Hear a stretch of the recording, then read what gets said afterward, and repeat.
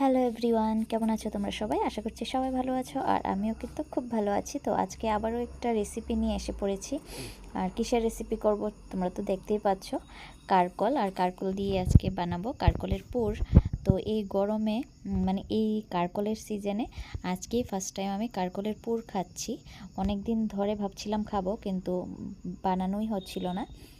তো এই দেখো, আমি কারকলগুলোকে কেটে নিয়েছি মাঝখান দিয়ে। আর এবার এইগুলাকে ভালো করে ধুয়ে সিদ্ধ বসিয়ে দেব। তো তোমরা কেমন আছো অবশ্যই কিন্তু আমাকে কমেন্ট করে জানিও। আর যারা আমার এই ভিডিওটা প্রোফাইল থেকে দেখছো, পেজ থেকে দেখছো, অবশ্যই ফলো করে দিও। আর যারা ইউটিউব থেকে দেখছো অবশ্যই সাবস্ক্রাইব করে পাশে থেকো। তো তোমরা তো দেখতেই পেলে আমি ভালো করে ধুয়ে এবার এগুলাকে সিদ্ধ বসিয়ে দিয়েছি। তো এগুলাকে পুরো সিদ্ধ করব না, জাস্ট 80% মতো সিদ্ধ করে নেব। আর এখানে দেখো আমি কি কি নিয়েছি। সর্ষে নিয়েছি, আর পেঁয়াজ কুচি নিয়েছি, কাঁচামরিচ নিয়েছি। আর তার সাথে দেব হচ্ছে তোমার কারকলগুলা সিদ্ধ হয়ে গেলে, এই যে সিদ্ধ হয়েও গেছে আমার কারকলগুলা। তো এখানে মাঝখানের থেকে বিচিগুলা আলাদা করে নেব, আর ওইটাকে আমি ওই পেস্টের সাথে দিয়ে দেব। এই দেখো আমি আলাদাও করে নিয়েছি। তো ওইগুলাকে সবগুলা একসাথে মিশিয়ে আমি মিক্সিতে করে মিক্স করে নেব।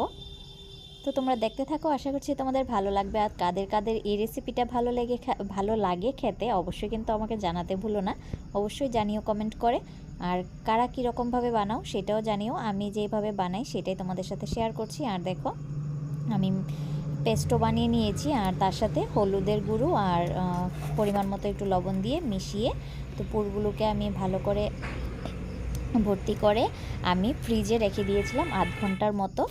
তো তারপরে আমি ফ্রিজ থেকে বের করে এই যে ভেজে নিচ্ছি। এবার ফ্রিজে রাখলে কি হয় যে মানে এটা একটু সেট হয়ে যায়। তো আমি তো এটাতে আর বেসন দিচ্ছি না, তো তার জন্য একটু সেট করে নিলে ভালো করে ভাজাটা হয়। তো দেখো আমার পুরো সবগুলা ভাজা হয়ে গেছে, কমপ্লিট। তো এতটুকুই আজকের ভিডিওটা এখানেই শেষ করছি। তোমাদের কেমন লেগেছে আমার রেসিপিটা অবশ্যই